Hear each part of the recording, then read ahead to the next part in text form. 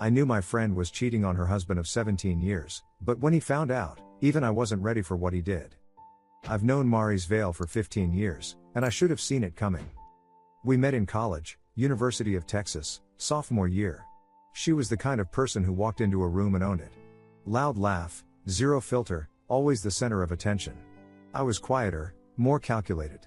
We balanced each other out. Or at least, I thought we did. I'm Celine Arcos. I design commercial interiors, hotels, restaurants, bars. The kind of spaces where people go to feel something. Ironic, considering I'm about to tell you about the coldest thing I've ever witnessed. Maurice got married young. 25. To Darian Vale, a civil engineering project manager who specialized in infrastructure, bridges, highways, the stuff you drive over without thinking twice. He wasn't flashy. Didn't talk much. But when he did, people listened. He had this way of looking at problems like they were already solved, just waiting for everyone else to catch up. Maurice used to joke about how boring he was. He color codes his tools, Celine. Who does that? But she'd smile when she said it. Back then, boring meant stable. Safe. 17 years of marriage. 2 daughters, 14 and 12. A house in the suburbs with good schools. The whole package. 8 months ago, something shifted. It was small at first. New workout clothes. A sudden interest in spin classes. Hair appointments every 2 weeks instead of every 2 months. I didn't think much of it. People change. Get bored. Try new things. Then came the phone. Always face down. Always on silent. She'd check it mid-conversation, smile at the screen, then flip it over like nothing happened. I didn't ask. Wasn't my business. Until she made it my business. 3 weeks ago, she came over for one of our girls' nights. Just us, a bottle of wine, takeout from that Thai place on South Lamar. She was on her second glass when she started giggling at her phone. "What's so funny?" I asked. She looked up, eyes bright. "Nothing. Just. Someone." I raised an eyebrow. "Someone?" She leaned forward, conspiratorial. "Okay, don't judge me." Famous last words. She turned her phone toward me. Messages. A contact labeled K. The preview showed enough, flirty, suggestive, the kind of thing you don't send to someone who isn't your husband. Maurice. I know. She pulled the phone back, scrolling. It's harmless. Just fun. Does Darian know? She snorted. Literally snorted. What he doesn't know won't hurt him. I stared at her. That's not how this works. Relax. She drained her glass. It's just texting. Besides, Darian's too. You know. Practical. He'd never make a scene. Maybe that's not the point. The point, she said, refilling her glass, is that I've been married for 17 years. I had kids at 26. I never got to just live. You know? I didn't know. But I also didn't push. I went to the bathroom. Needed a minute to process what I'd just seen. When I came back, she was texting again. Smiling that same smile. But the contact name was different. Not K. P. I sat down slowly. Who's that? She didn't look up. The person you're texting. That's not the same guy. She glanced at the screen, then at me. Shrugged. Oh. Yeah. Different person. My stomach dropped. How many different people are we talking about? She laughed. Actually laughed. Celine, come on. Don't be dramatic. I'm not being. Look. She set her phone down, finally meeting my eyes. I'm not doing anything crazy. Just talking to people. Feeling wanted. Is that such a crime? I wanted to say yes. Wanted to tell her she was playing with dynamite in a room full of gasoline. But the look on her face, defensive, almost daring me to judge her, stopped me. So I said nothing. She left an hour later, still smiling at her phone. I sat on my couch, staring at the door she'd just walked through, and realized 2 things. 1, Maurice wasn't having an affair. She was having affairs. Plural. And 2, she genuinely believed she'd get away with it. Because Darian would never leave. I called her the next morning. We need to talk, I said. About what? She sounded distracted. Probably texting. About what you showed me last night. Silence. Then, Celine, seriously, it's not a big deal. It is a big deal. You have 2 kids. A husband. You're risking everything for For what? A little attention? Some excitement? Her voice sharpened. You don't get it. You and Owen are still in that honeymoon phase. Wait until you've been together for almost 2 decades. See how exciting that feels. Owen and I had been together for 3 years. Not the same, sure. But that wasn't the point. This isn't about excitement, Maurice. This is about respect. Respect, she laughed, bitter. Darian respects the mortgage payment. Respects his project timelines. Respects his precious routine. When's the last time he looked at me like I was more than just there? Have you tried talking to him? About what? Hey honey, I need you to be less stable and predictable. He is who he is. And I'm tired of pretending that's enough.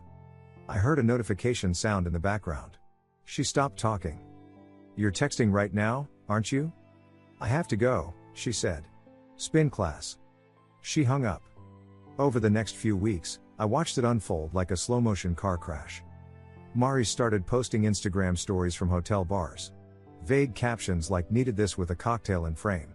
She'd tag the location, places across town, sometimes out of town. Never with Darian. I pieced together the roster. One was a bartender she'd met at some corporate event her company hosted. She showed me his picture once, young, tattooed, the kind of guy who calls everyone babe. Another was her spin instructor.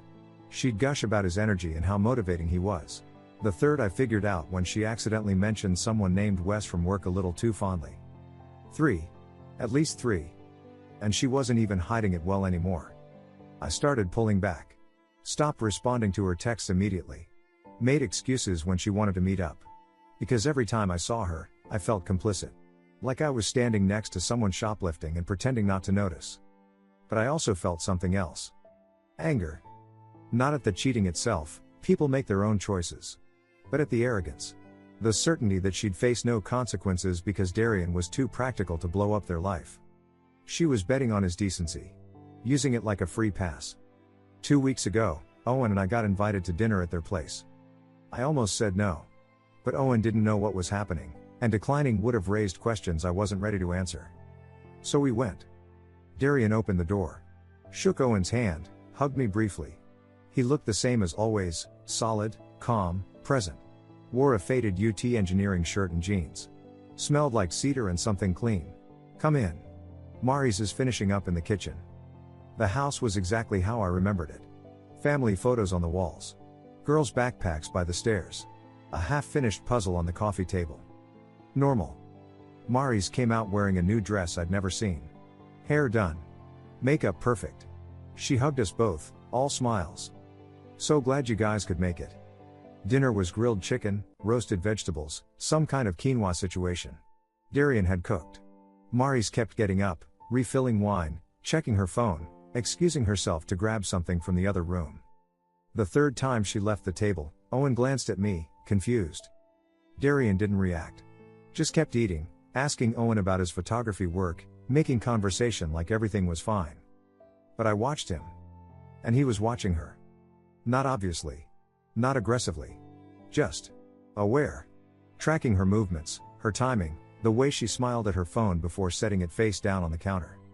After dinner, Maurice excused herself to the bathroom. Owen and Darian were talking about some infrastructure project downtown, something about load-bearing calculations I didn't follow. I stood to help clear plates. That's when I saw it. Darian walked to the counter where Maurice had left her phone. He picked it up. Didn't unlock it. Just looked at the screen, probably at whatever notification had just lit it up. His face didn't change. No anger. No hurt. Nothing. He set the phone back down. Exactly where it had been. Then turned and caught me staring. For a split second, our eyes met. And I knew. He already knew. He held my gaze for maybe 2 seconds. Then smiled, polite, distant, and went back to his conversation with Owen like nothing had happened. But those 2 seconds told me everything. Darian Vale knew his wife was cheating on him. And he was doing absolutely nothing about it. No, that wasn't right. He was doing something. I just didn't know what yet. I couldn't sleep that night. Kept replaying that moment. The way he'd looked at her phone. The complete absence of reaction. Most people, if they suspected their spouse was cheating, would be a mess. Angry, hurt, paranoid. Darian looked like he was reviewing data. The next day, I texted Maurice. Me, We need to talk. Soon. Maurice, can't today. Busy. Me, tomorrow then. Lunch. Maurice, fine. Noon. That place on 6th. She showed up 20 minutes late, iced coffee in hand, sunglasses on even though we were sitting inside. Sorry. Crazy morning. She looked good. Too good for a Tuesday lunch. Hair blown out, fresh manicure, new earrings. You getting ready for something? I asked. What? No.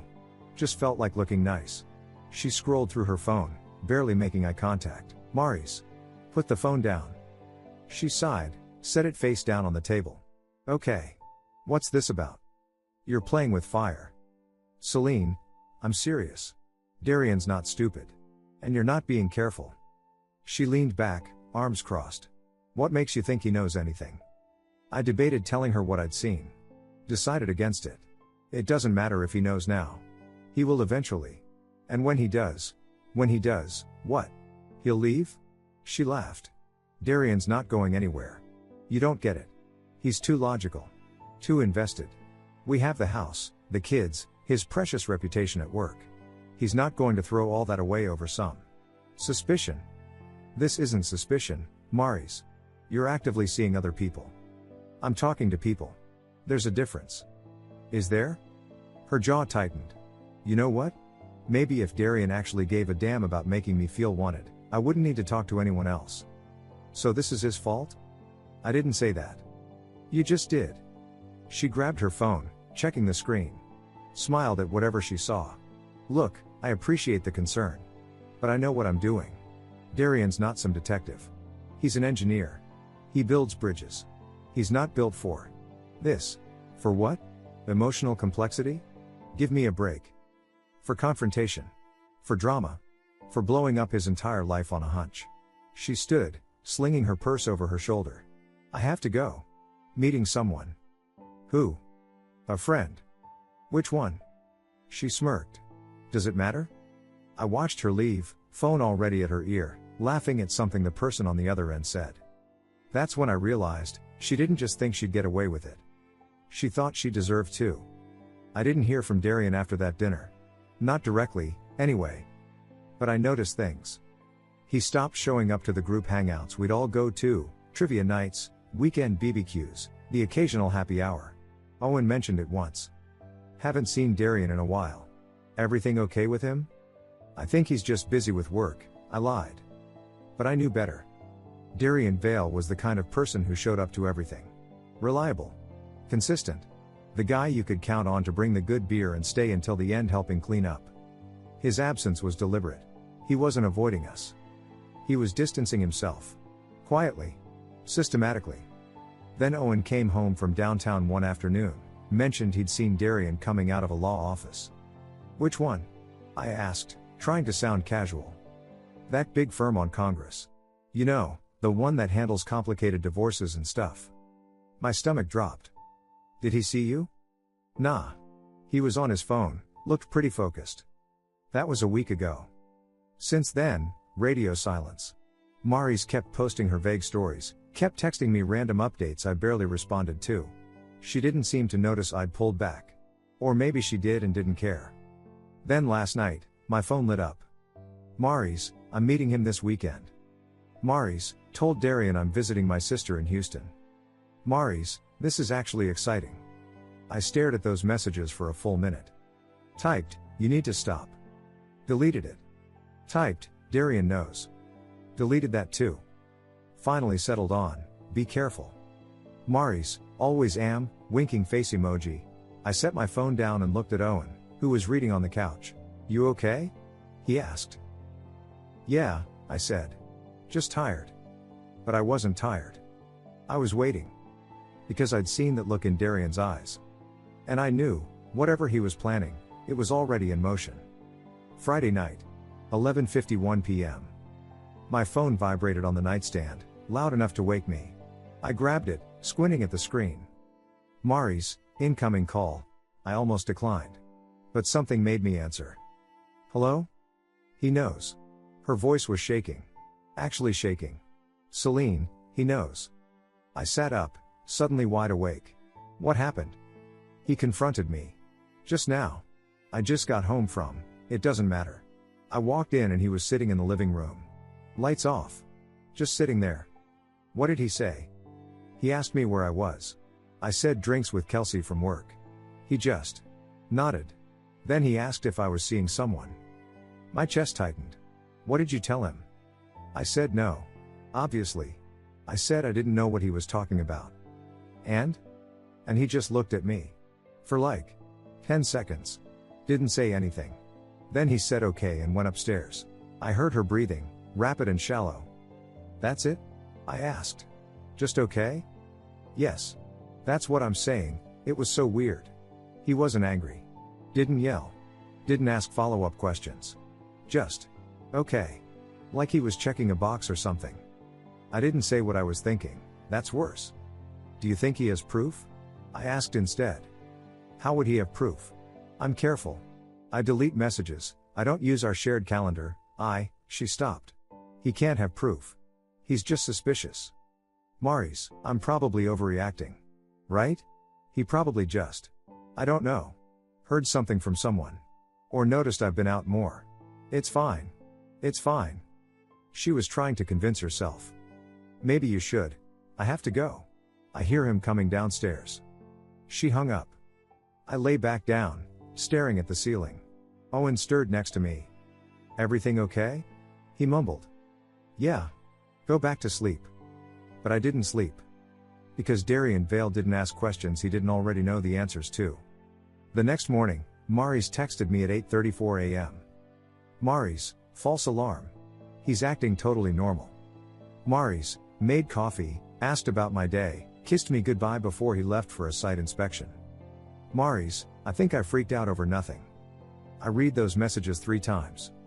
Then I called her. You don't think it's weird that he went from asking if you're cheating to acting like nothing happened? Maybe he realized he was being paranoid, she said. I could hear traffic in the background. She was driving somewhere. Or maybe I sold the denial well enough. Either way, crisis averted. Maurice, listen to me, I really have to go. Talk later? She hung up before I could respond. That afternoon, Owen and I were cleaning out our storage closet, one of those projects you put off for months until you can't ignore it anymore. I was sorting through old boxes of photos, stuff from before everything was just on phones. Found some printed pictures from a barbecue we'd hosted last summer. Darian and Maurice were there, along with a bunch of other people. I flipped through them, smiling at random moments I'd forgotten. Owen trying to flip a burger and dropping it. Someone's dog stealing a hot dog off a plate. Then I stopped. One photo, taken from across the deck. Background shot, most people wouldn't have even kept it. But there, in the corner, was Darian. Sitting at our patio table. Alone. Laptop open in front of him. I zoomed in with my fingers, squinting. The laptop screen was visible. Not clear, but visible enough. A spreadsheet. Columns and rows. And in the header row, I could just barely make out the words. Date. Time. Location. I zoomed in further, hands suddenly unsteady. More columns. Contact name. Duration. Method. My blood went cold. This photo was from 3 months ago. 3 months. You okay? Owen looked over. You look like you've seen a ghost. I closed the photo, hands shaking. Yeah. Just old memories. But I wasn't okay. Because I just realized something that made my entire body go numb. Darian hadn't just found out his wife was cheating.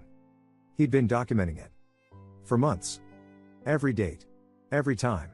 Every person. He wasn't reacting emotionally because he was past that stage. He was building a case. And last night, when he asked Maurice if she was seeing someone, that wasn't a confrontation. It was a test. To see if she'd tell the truth. She failed. And now he had everything he needed. I sat there, photos still pulled up on my phone, and realized something else. That site inspection he'd left for this morning? I'd bet everything I owned it wasn't a site inspection. Monday morning. 9:23 a.m. My phone rang. Maurice. I let it go to voicemail. It rang again immediately. I answered. Celine, she was crying. Actual, gasping sobs. He's gone. What? Darian. He's gone. All his clothes. His laptop. His files. Everything. I stood up from my desk. What do you mean gone? I mean gone. I woke up and he wasn't there. I checked the closet, half of it's empty. His office is cleared out. He took his tools from the garage. Even his coffee mug. Did he leave a note? No. Nothing. I tried calling him, straight to voicemail. I drove to his office. They said he took the day off. Celine, what is happening? I closed my eyes. Mari's, and the bank account. I tried to transfer money for groceries and it says I don't have access. I called them and they said Darian moved everything to a separate account. Weeks ago. How is that even legal? It's legal if it's a joint account and he gave proper notice to the... I didn't get any notice. To the bank. Not to you. Silence. Then, what? If he notified the bank he was separating assets, and it's technically joint property, he can move his portion. Did you check the mail? Look for any legal documents? No. I just, F-word, Celine, what do I do? Check the mail, I said quietly. Then call me back. She hung up. I sat back down, hands clasped in front of me. Waiting. She didn't call back. At 2:59 p.m., my phone buzzed with a text. Mari's, they served me at work. Mari's, in front of everyone. Mari's, divorce papers. I stared at that message. Then another came through. Mari's, he has dates. Names. Screenshots. Hotel receipts I didn't even know he had. Mari's, he's going for custody. Mari's, primary custody. Mari's, says I'm unstable. Mari's, says I left the girls alone multiple times while I was at my sister's. Mari's, how does he know that? I didn't respond. What could I say? Another message. Mari's, he filed a restraining order against me for his workplace. Mari's, I'm blocked from calling him. Mari's, blocked from his email. Mari's, I showed up at his office and security escorted me out.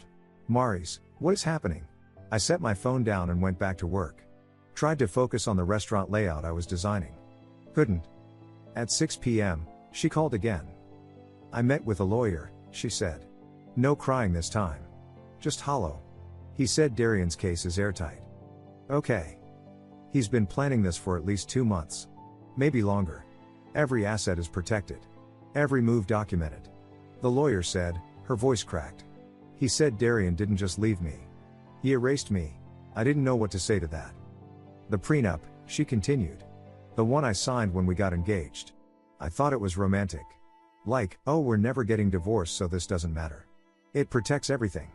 His retirement, his investments, the house. I get the minimum required by law. That's it. I'm sorry. Are you? Her tone shifted. Sharp. Because you don't sound surprised. Mari's, you knew. Didn't you? You saw something. I closed my eyes. I suspected. And you didn't warn me? I tried. Multiple times. You laughed at me. You should have tried harder. That's not fair. Fair? She laughed, bitter and broken. You want to talk about fair? I lost everything. My husband, my kids, my house, my job. You lost your job? They let me go. Said the drama was affecting workplace morale. Apparently having a courier deliver divorce papers accusing you of serial adultery in the middle of the office doesn't look great. I didn't respond. I need you to help me, she said. I need you to be a character witness. Tell the court I'm a good mother. That I'm. No. Silence. What? I said no. Celine, you're my best friend. Was. Past tense. You can't be serious. I'm completely serious. I'm not lying for you in court. I'm not helping you salvage something you destroyed yourself. I didn't destroy. You did. You knew what you were risking. You did it anyway. And when I tried to warn you, you told me Darian was too weak to do anything about it. Turns out you were wrong. F-word you. Goodbye, Mari's. I hung up. Blocked her number. Then I sat on my couch and stared at nothing for an hour. 2:14 a.m. Pounding on my door. I stumbled out of bed, Owen groaning behind me. Looked through the peephole. Mari's. Hair a mess. Makeup smeared down her face. Still wearing the same clothes from earlier. More pounding. Celine. I know you're in there.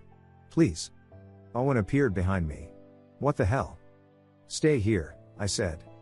I unlocked the door. Opened it. Mari's looked like she hadn't slept in days. Eyes red and swollen. Hands shaking. "You have to help me," she said. Voice ragged. "You have to tell them I'm a good mother. You have to talk to Darian. You have to make him understand that I know." She stood in my doorway, trembling. Mascara streaked down her face. Hair matted on one side like she'd been lying down but couldn't actually sleep. "Please," she whispered. "I'm begging you." "No," I said again. "You don't understand. The custody hearing is next week. If I don't have someone vouching for me, then you don't have someone vouching for you. Celine, you made your choices, Mari's. Every single one. You knew what you were risking. You did it anyway. And when I tried, multiple times, to tell you this would end badly, you laughed in my face. I didn't think. That's the problem. You didn't think.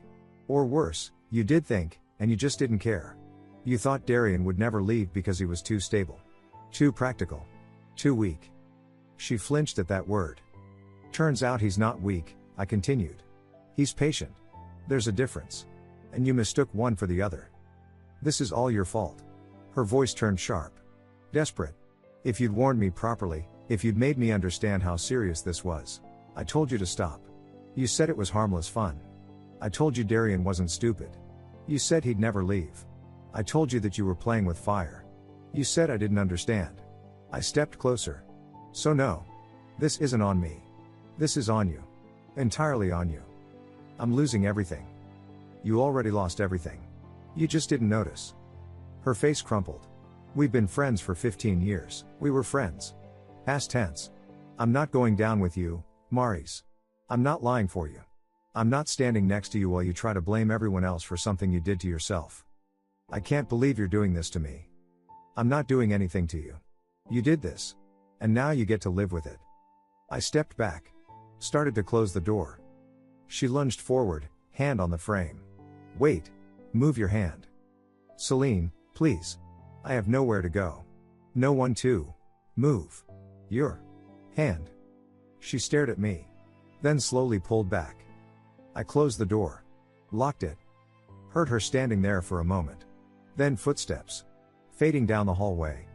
Owen was standing in the living room, eyes wide. "You okay?" he asked. "Yeah," I said. "I'm good." And I meant it. I found out the rest through mutual friends. Darian got primary custody. The girls, old enough to have a say, chose to live with him. Said they felt safer there. More stable. Mari's got supervised visitation. Every other weekend. 2 hours at a time. The settlement was exactly what the prenup outlined. She got virtually nothing. Darian kept the house, the retirement accounts, the investments. She got the minimum spousal support required by law for 3 years. After that, nothing. She moved into a small apartment in a complex off Highway 183. Lost her job. Tried to find new work, but her reputation in the event coordination world was destroyed. Austin's a small town when it comes to certain industries. She tried reaching out to me 6 more times over the next few months. Texts, calls, even showed up at my office once. I blocked her everywhere. Told building security not to let her up. Eventually, she stopped trying. 4 months after everything imploded, I ran into Darian at a coffee shop on West 5th. I almost didn't recognize him at first. He looked lighter. Like someone had lifted a weight off his shoulders he'd been carrying for years. "Celine," he said. Not surprised. Just acknowledging. "Hey. How are you?" "Good. You?" "Really good, actually." He smiled. Small, genuine. "Girls are doing well. Settled into the new routine. We're figuring it out." "That's great." He took a sip of his coffee. "I heard Mari's reached out to you a few times." "She did." And I told her no. He nodded slowly. "Thank you." "For what?" "For not enabling her. For seeing it for what it was." He paused. "A lot of people wanted to make me the bad guy. Said I was being too harsh. That I should have tried counseling or given her another chance. But you didn't." "Because they didn't see what I saw," I said. "She wasn't sorry. She was just sorry she got caught." "Exactly." He checked his watch. "I should get going. Site meeting in 20. Take care of yourself, Darian." "You too." He walked out. Didn't look back. And I realized, he never mentioned her name. Not once in that entire conversation. Like she'd never existed. That's the thing about destruction. It doesn't always look like fire and explosions. Sometimes it looks like someone calmly removing you from their life. Piece by piece. Until there's nothing left for you to fight for. Nothing left to argue about. Nothing left but the consequences you built for yourself. Darian didn't destroy Mary's with anger or revenge or drama. He destroyed her by making her irrelevant. By showing her that once he decided she wasn't worth the effort anymore, she simply wasn't. And me? I learned that strength isn't about being loud. It's not about fighting or proving points or winning arguments. It's about knowing your worth. And walking away from people who don't see it. Mary's thought Darian was too weak to leave. Turns out, she was too weak to deserve him staying. And I wasn't about to stick around to watch her drown in a mess she created. Some people don't need saving. They need consequences. Thank you so much for watching until the end. If you really like our videos, please don't forget to like, share, and subscribe. Have a great day.